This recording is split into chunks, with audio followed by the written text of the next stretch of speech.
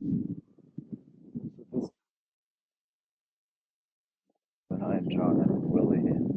I'm taking a walk tonight, enjoying the cool air breeze, sort of being a passenger amidst this atmosphere, and sort of taking pleasure in speaking to you as if you were here close to me, dear listener. Oh, dear listener, and I say dear listener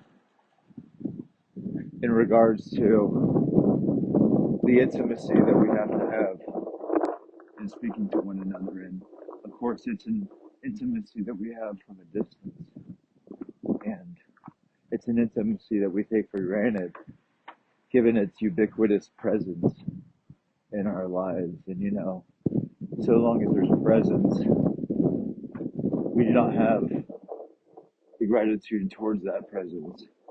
In fact, it's absence that allows us the pleasures and fullness of what is. And one pleasure and one fullness that we take for granted is the act of listening to other people from a distance, and the act of communicating in lieu of not just podcast and social media and all that stuff, but in lieu of the fact that we live in an age where one product of technological innovation has been, for instance, the telephone, which sort of flattened space. It could be said the telephone flattened space and brought us all into a closer proximity with one another. And this is extremely valuable, obviously. It's a part of the increasing interconnectedness of our lives. And yet, at the time of, I mean, it's like the internet in terms of its the hugeness of it, but it's something that, like, even at the time in the 1920s and 30s, certain writers had noted, which is that we are suddenly so taking for granted the telephone that we forget how magical it really is. And on another level, we forget how magical other things are. That because they're so, as I said earlier, so ubiquitous and ever present in our lives, we take it for granted. And you could say that there are layers of this, and one layer that is important is the symbolic level. So, what I mean to, insofar as presence and absence is ubiquitous in us, is that we rarely think about ourselves, or rarely have historically have we been able to think outside of ourselves. And it's not as if there was something much more important than us, i.e., history, that defines us, but that there is a sense in which to be truly historical means to be also geological. Because why do we begin history in an arbitrary way? In the sense that we often begin it with recorded history, and we even go further back and record it in archaeological history. But to me, human history begins somewhere around 75,000 years ago, which is when the cognitive revolution was occurring within us. And that ultimately had to do with a mutation in our genetics as a species that suddenly allowed for a new kind of relation to the world. And it's not as if one is a speciesist in saying this, because one's not playing that game of saying that humans are superior. I mean, come on, you read enough, you discover ultimately that itself is a function of our animality, is to think that there's a superiority to our species. But there is something utterly unique in what it is that we do with the cognition that emerged with cognitive revolution. And it's often said that it's the emergence of symbols. And so there is a sense in which it is, because what you have happening is that people are suddenly using their vocal cords and their language to do things that are different than what our fellow primates were doing. And that ultimately has to do with being able to speak in very subtle ways and to ultimately map out territory and gain information about that territory that can be stored in a shared imagination. But even more than that, we began to be able to tell stories and to organize ourselves in such a way that we could coordinate and cooperate in large scales. And that's what occurred. And that's why I say 75,000 years ago, because, I just happen to know that it's around 100,000 years ago that the first Homo sapiens left Africa and entered Europe.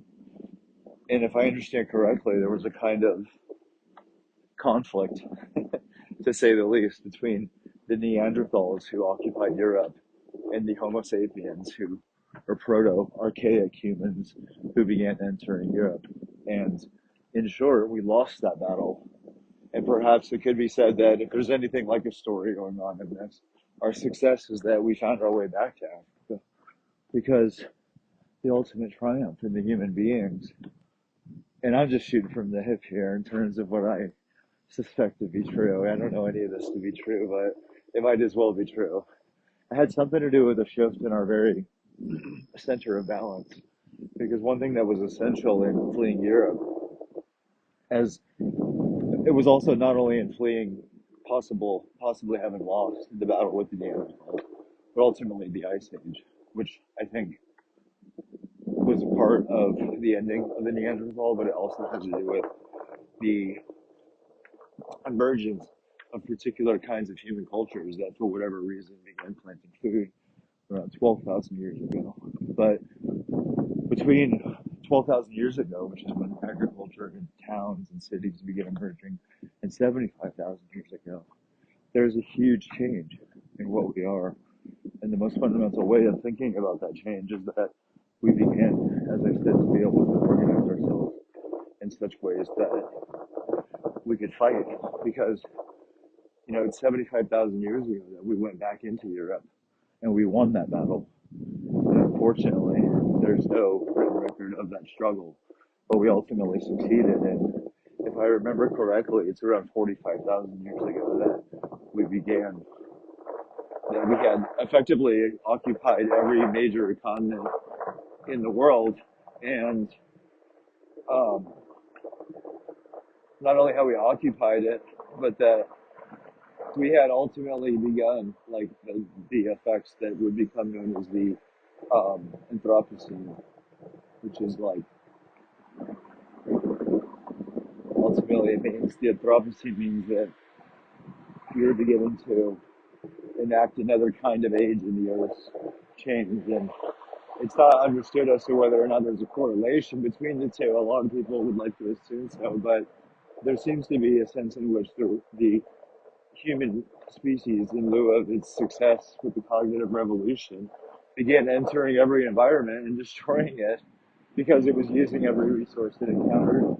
And especially with the development of things like fire and um, and also the understanding of domestication of animals and the development of increasingly productive means of sustaining life, which also, funny enough, goes hand in hand with a kind of slavery and a kind of toiling that would be quite repugnant to our archaic human ancestors. And so, in a certain sense, we began a process that would ultimately lead to us living in, thanks to the strengths of our brain, it would lead to us living in two worlds at once. And those two worlds are the objective world, but also the secondary world or language, and the worlds that we effectively agree upon because we all agree upon like the same stories. You could call it narratives, you could call it a lot of things, and it's understood in academia, to be something like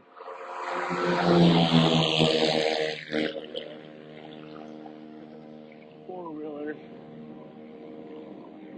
Hell yeah.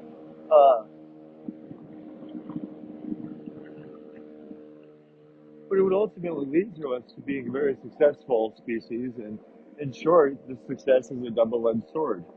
I, and I think that's sort of one of the themes in my thinking is that there's a tension between the world of the fictional world that we all agree upon, which is the world that allows us to not only believe in things like God, but also to believe in things that we don't take for granted, or we take for granted as being real, like things like human rights and things like that. And of course, I'm drawing a lot upon a specific book called *Sapiens* by a I think Jewish American writer named Harari, and a lot of people are really familiar with this book. But I think this book *Sapiens* is astonishing in its clarity about what occurred in regards to how we can go about thinking about what we are as a species and how we interact with the world. However, there are so many things, being philosophical myself, that I naturally disagree.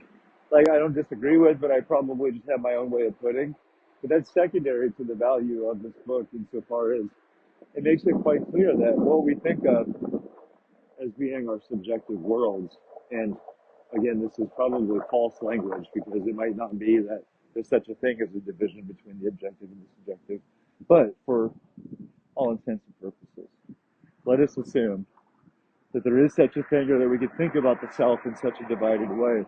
Because what you come to find is that our subjectivity, which is, your experience of the world from your point of view, and it's not only your experience, but your thoughts and your thoughts about your thoughts. And it's also, in a corresponding way, it's your feelings. And it's the way that you feel yourself to be in the world that is different from the objective world as it's understood to be. To use this false dichotomy in a fruitful way, it's understood to be secondary to the objective, in the sense that this objective has traditionally been denuded. It's been reduced to a secondary role. And meaning that in terms of the history of thought, like as we move more forward, we discover that movements like Romanticism, which can't be understood without understanding the Renaissance and the Reformation, the Romanticism itself as a historical movement continues to haunt the minds of many, insofar as it has ultimately been the thing that understood itself to be in resistance to what Romanticism perceives to be a rise in like reductive scientific thinking, or they think of modern man as being fundamentally displaced, and thereby demanding a kind of unity that is in many ways, to a lot of romantics, a kind of experiential eruption. If not, it has to do with a kind of recovery of a totality. And I myself, like, as in terms of many ideas, I'm shaped by this. I'm shaped by many things that I disagree with, but yet shape me. And Romanticism is ultimately a response to what was occurring in the Enlightenment, because the Enlightenment, which is, it's a movement that happens in Europe primarily, and it has to do with the scientific revolution and then the corresponding philosophical revolutions that would lead ultimately to the world that we live in. And it does have a lot in common with the not just technological, but the economic developments of Europe. And so there's a sense in which this Enlightenment is obviously celebrated by a lot of people, and it's also bemoaned as much by a lot of people. And so what I mean to say is that Romanticism is in many ways a response to the Enlightenment, because the same movement out of Europe that gave birth to scientific, they gave birth to the primary belief in things like reason and our ability to objectively think clearly. But also the Enlightenment has a lot to do with the development of human rights and things like that, which we take for granted. Speaking of presence and absence, we take that for granted as being a naturally existing thing. And yet the Enlightenment, to anyone with the historical awareness, is also goes hand in hand with colonialism and with the European occupation of all lands, and ultimately the attempt to turn everything into its own little piggy bank.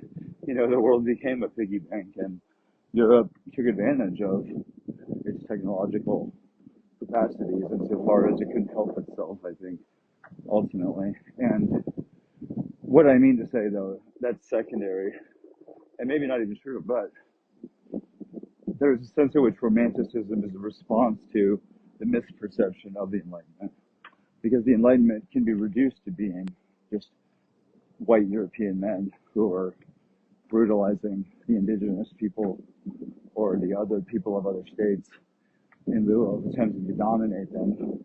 That itself may be true, but it's certainly not the whole truth, and it certainly lacks any empathy, which you're not forced to give. You're not expected to be empathetic. But there's a sense in which to think at all demands that you have some capacity for thinking sympathetically and thinking your way into something that, although you disagree with, may, as I said earlier, be fundamental in shaping who you are, because in fact, the very belief in human rights is itself an Enlightenment, i.e. European development. And yet it doesn't mean that it has a monopoly on the idea that it's sort of the center place where human rights develop, because that is ridiculous. There's a natural decency between all people who aren't like forced to fight one another or pushed against or demand, or in the sense that the Europe didn't invent the idea, except that it held on to a particular kind of conception of this idea that goes back to to Greece, to ancient Greece. And so in many ways, the European Enlightenment can be understood in relation to ancient Greece. And effectively, ancient Greece, in short, developed the capacity to think in a secular, speculative way. And what that means is that the ancient Greeks, i.e. Plato, Aristotle, they ultimately gave to us the capacity to understand things understood according to organizing principles that are detached from the prolific animism of most people's worlds. And yet, according to the Enlightenment's point of view, it's understood in opposition. And I mentioned false oppositions earlier. This could be one of them, because in many ways, the Enlightenment understood this ultimately to be something that could in itself contain the entirety of the world, and especially in development of things like human rights, it was taken to be automatic that the world would liberate itself. But given the complexity of this never really happened. And what it ultimately happened is that a lot of people began resisting things insofar as they began perusing those towns left fundamentally altered by the Industrial Revolution, and ultimately led to life that became more difficult, because there's a connection between the Agricultural Revolution and the Industrial Revolution. And the connection, what's up, my man? Oh yeah, it's 12:50. Yeah. Yes, sir. Yeah, so there's a connection between the Agricultural Revolution 12,000 years ago, or 7, I mentioned, and the Industrial Revolutions that, at least in modern Europe, began, in the mid 1700s or late 1600s. And this Industrial Revolution reshaped the entire world. And in fact, it reshaped it so much that, just like we take things for granted, one thing that we take for granted, and it's a ubiquitous presence in our life, is technological innovation. And so if you think that time is moving forward in the sense that we're all moving towards a certain point, or that there's some kind of covenant or guarantee, you're missing the fact that you shouldn't mistake the world around you that is improving, and it's something to be understood as being good. It also brings with it not only a false illusion about the future, that is integral to my own foundations, which are humanist. I'm not cynical. I believe in human beings, and but I think the fight is not over. Sorry, Fukuyama, but there are problems that may not be problems to people that don't think they're problems, but they're problems that are always occurring on the periphery of our institutions and our civilization. And these are problems that are not problems to you if you're in a relatively privileged position. And it's not that I'm making that kind of argument that certain people are privileged, but that more or less on an existential level, you have to ask yourself, to what degree do I take things for granted that other people can't take for granted? There's a way of being in the world that doesn't begin with the technical questions of what is real. And there's a way of being in the world that isn't necessarily rooted in a question other than that, about what is the nature of being. There are people who begin with, instinctively perhaps, or temperamentally, or perhaps ethically, they begin with the ethical. Because I come to find that some people are fundamentally in the world in a way that isn't the same way that I am. And in fact, I don't understand that puzzling relationship, but I think it has something to do with the fact that once you've freed yourself from a certain condition, and I don't mean freeing yourself only physically, but because I seem to have this continuous belief that there's something in us that is larger than the parts, you know. But that's difficult to say. What's easier to say, and so I'll take the easier path, is to say that if you are offered the opportunity and you have the health, then why wouldn't you step back and just see what's happened? Because to think geologically is interesting in relation to historicism. Because to think geologically, and what I mean by that is that your sense of history is unrooted from what you take to be the historical. And on another level, I don't necessarily think in terms of the historical, but I think that one function of philosophy has to do with that kind of facticity, the fact that we are born into a world that in many ways the question is whether or not we're determining or being determined. And so perhaps it's helpful, but I think it's actually pragmatically crucial that we understand ourselves in relation to all this. And so if we're to have any conception at all, it's certainly going to be a experimental conception of what the human story is. But we're a storytelling species, and that's why I mentioned the cognitive revolution. And I'm transfixed and transfigured by certain passages in Friedrich Nietzsche that have to do with what I didn't expect, which is Nietzsche's brilliance in regards to his humanity, to his humanism too. And of course, those kind of words would not probably mean the same to him as they mean to me, but I think it has to do with him effectively suggesting in one passage or another that there are limits to how much truth we can take. There are limits to how much of the abyss you can see into. And yes, certain ideas take you by the hand and lead you to a cliff. And that's what you see, but how much of that can you see before it starts seeing into you? And that's Nietzsche's human question. Because perhaps it's necessary that we go on that journey so that we can see that. And yet perhaps it's necessary to come back, or perhaps you choose to come back and begin to see that, to use another part of Nietzsche, that there is something like a useful error. And what that means, I reductively understood that for a long time. But what he means is in response to the first thing I'd said about what Nietzsche does, which is to say, at a certain point you have to turn away. At a certain point you have to overlook even the thought of death. Or at a certain point you have to see through it. And I suspect that you have to see it first. And that could be the major part of the process. But I don't think it's anything mystical or psycho-subjective. In many ways, I think that this kind of vision ultimately sees you in a place where if you relax long enough and relax into your life long enough, you begin to practice the kind of comprehensive vision that I am in many ways attempting to enact, which is that what kind of story are we going to tell? You know, if your philosophy leads you to a point where you can't take seriously the idea of choice, you know, then you're facing that abyss that Nietzsche mentions. And in many ways, so much of what we do is untangling, you know, those stories.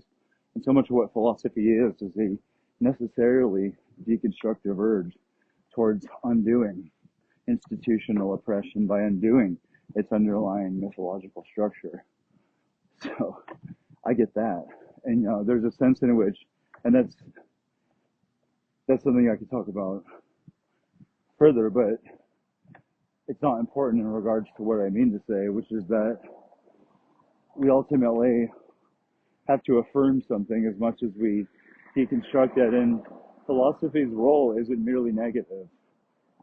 I think there's a sense in which there's a necessary balance with it. It's the importance of affirming, and you ultimately have to affirm one thing or the other because you're going to be doing it no matter what you think you're doing. And so I suppose now though I'm at an abyss myself, and so I turn away. And what I think is astonishing, and the whole point of this recording is to say that what you can see when you step back and you have some leisure, you have some health, and you can see things, is that we are running ourselves dry. You know, many people are. They're absolutely insane because they're playing the game of hocus pocus.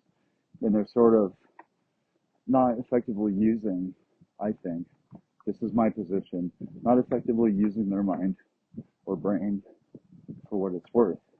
And so they're in many ways stuck on go.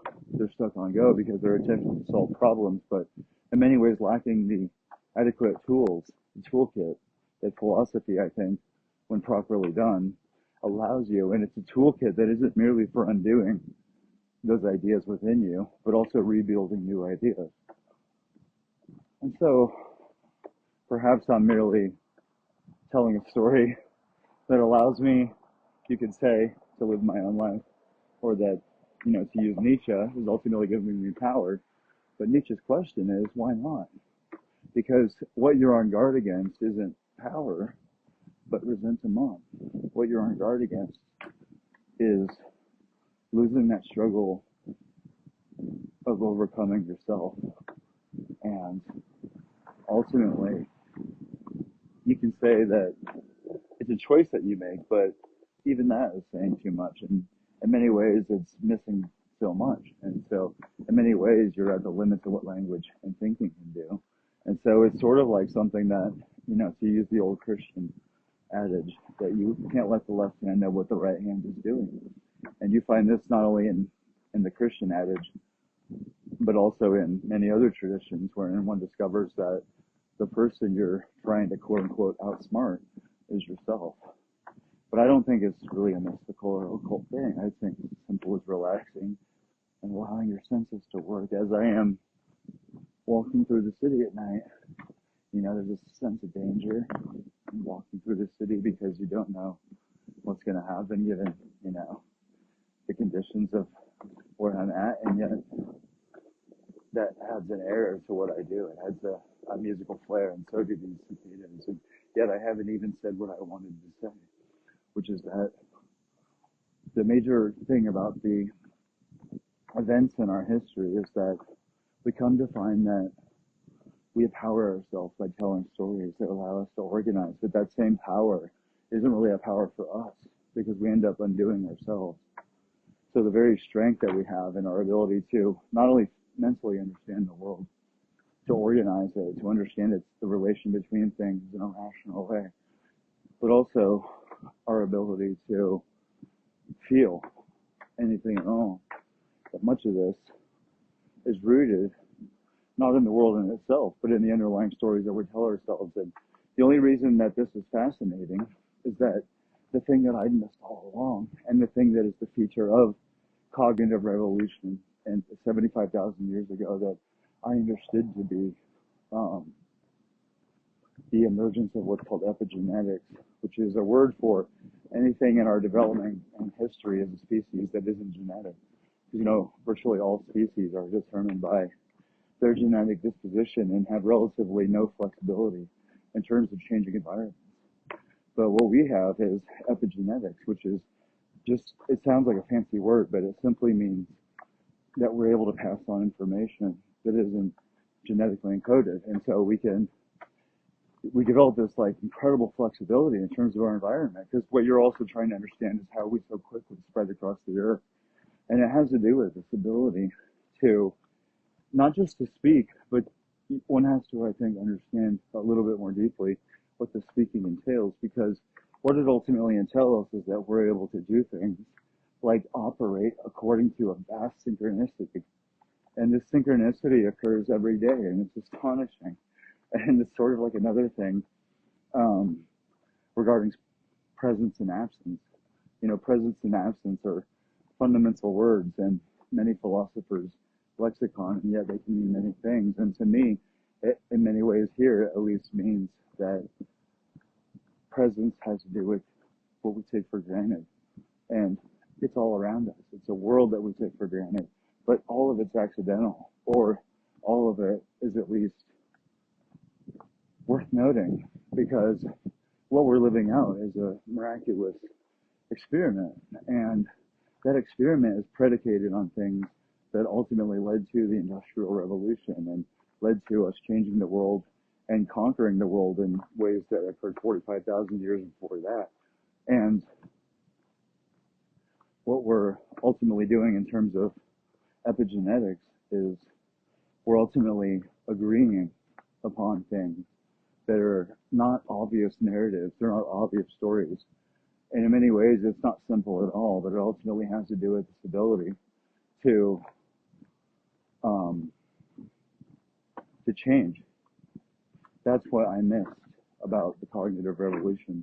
It gave us this ability not only to cooperate and coordinate in terms of believing in shared symbols, believing in a shared future, trusting. Trust is crucial insofar as we begin trusting one another.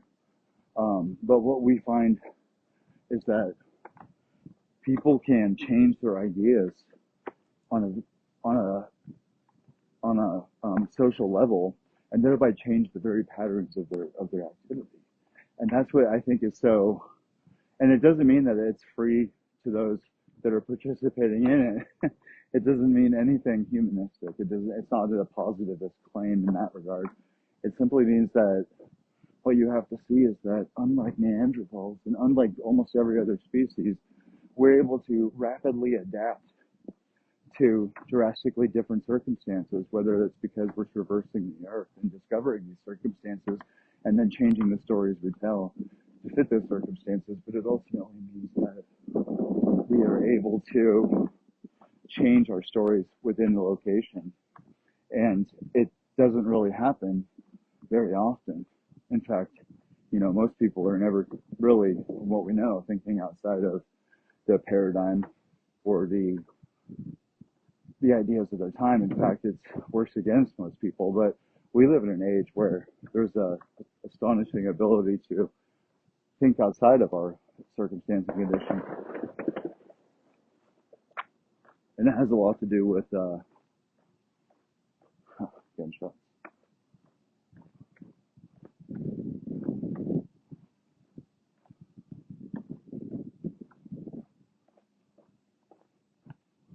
It has to do with our ability to change ourselves in lieu of changing our own ideas about what we are, about what the world is. And these are ideas that are so fundamental to what we are that we don't see them as ideas. But they are, because what we think of as the world is carried in our own heads. It's made by us. I mean, it can make one an anarchist. Insofar as an anarchist is a person that sees that the world that we live in is one that is organized according to what we agree or disagree with, and that we have a kind of freedom in that. And the anarchism I'm defending is one that isn't the same bomb throwing anarchism you might be thinking of. It's usually associated with terrorist acts, and I don't really have any interest in that. What I mean to say is that there's an anarchist impulse that animates the thinkers of which I have a commonality with, and it's one that sees that you're ultimately making the world what it is. And this means that the world isn't being determined outside of you. The world isn't being determined by some people in power, politicians, or those that control economics. It's not that it would be stupid to see that you're not determined by it, but it's important to see that this is all determined by the things that we collectively agree to repeat every day. And it's layer after layer within us. And I think what's fascinating, however, is that you can't really say anything about it. But if you're speaking from your own, if I'm speaking from my own point of view, and I hate when people say that they're speaking from their own point of view. But I think that from my own point of view, I've seen, looking back, that in my own primitive, archaic ways, when I was younger, I automatically took philosophy to have to do with what I later understood to be Thomas Kuhn's question of paradigms, understood in terms of, not that I agree with Thomas Kuhn, but that there is a sense in which if you can't see that our lives are organized according to things that change over time, then you can't see anything. And how is it that things change over time? How is it that things reconstitute themselves, or that they are able to change? And it has to do with the change in the underlying stories, narrative, paradigms. And this kind of understanding, however, it quickly muddles. It's like language philosophy. It quickly obscures itself. But I think what is important, perhaps because I am a kind of humanist, whether or not I want to be, and I'm an existential humanist, I think that there's something to be said for that capacity that I want to presume every person has to question the things they take for granted that are organizing their thoughts. And these are things that are built into the way that we communicate, and they're built into what we are. But ultimately, what I realized that to me is so astonishing is that we don't change the world because it's not an idealistic argument. It's not the argument that the world is completely interpreted by things that once they change the relation to the world. It's not that at all. It has to do with the more subtle and nuanced relations that we have, and the way that those are determined by the language that we use and the very metaphors that we assume to exist. And I think it can lead to a kind of amazing experience when you see how much of this isn't real. And yet many people in different ways see through this. And I know people that are sort of telling me that I should use like psychedelic drugs, or that I should take acid in order to see it. And they're like sort of like born again Christians with the use of mushrooms, or they sort of mirror the Great Awakening of the early 1800s insofar as they're so intense in their advocacy of this experience. But I suspect that one can discover these through other doors. There's many ways into a house, and the back door is one of those.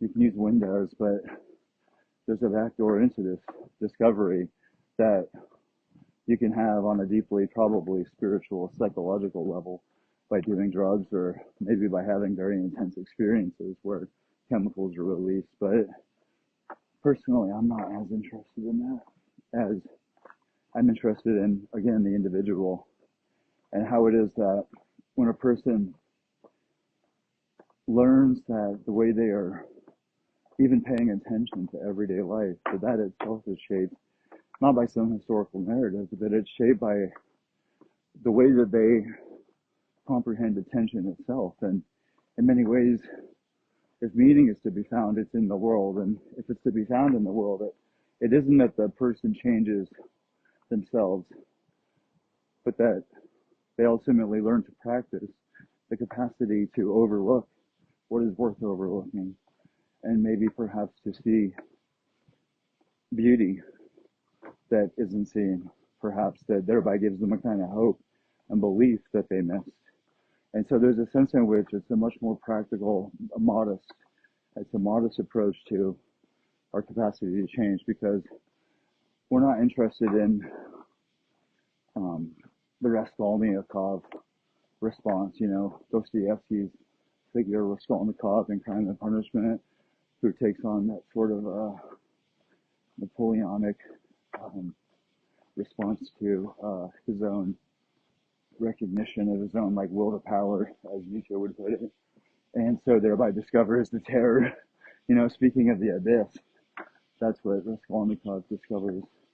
Insofar as he's similar to another figure in Jean-Paul Sartre's work, Nausea. I can't remember his name, but I think it starts with an R also.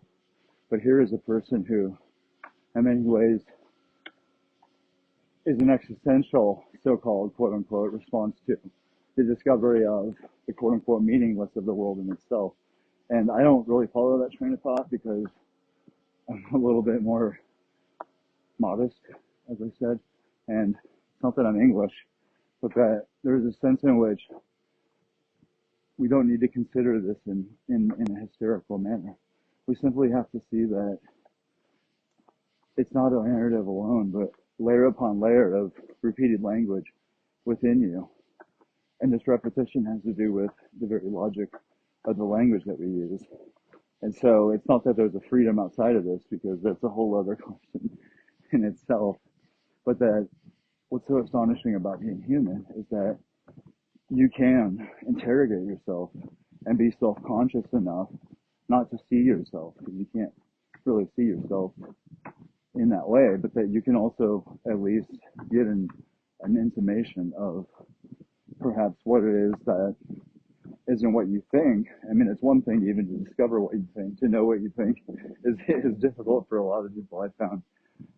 But to question that is another kind of thing that requires a kind of courage to question what you were born into and what you were raised according to. And it doesn't mean to question that conscience, that sense of right and wrong, or to question even beauty, because those are things that perhaps you can't question because they're so fundamental. But the question then is what things are not fundamental but can be questioned, what things are not, to use Kant's language, a priori.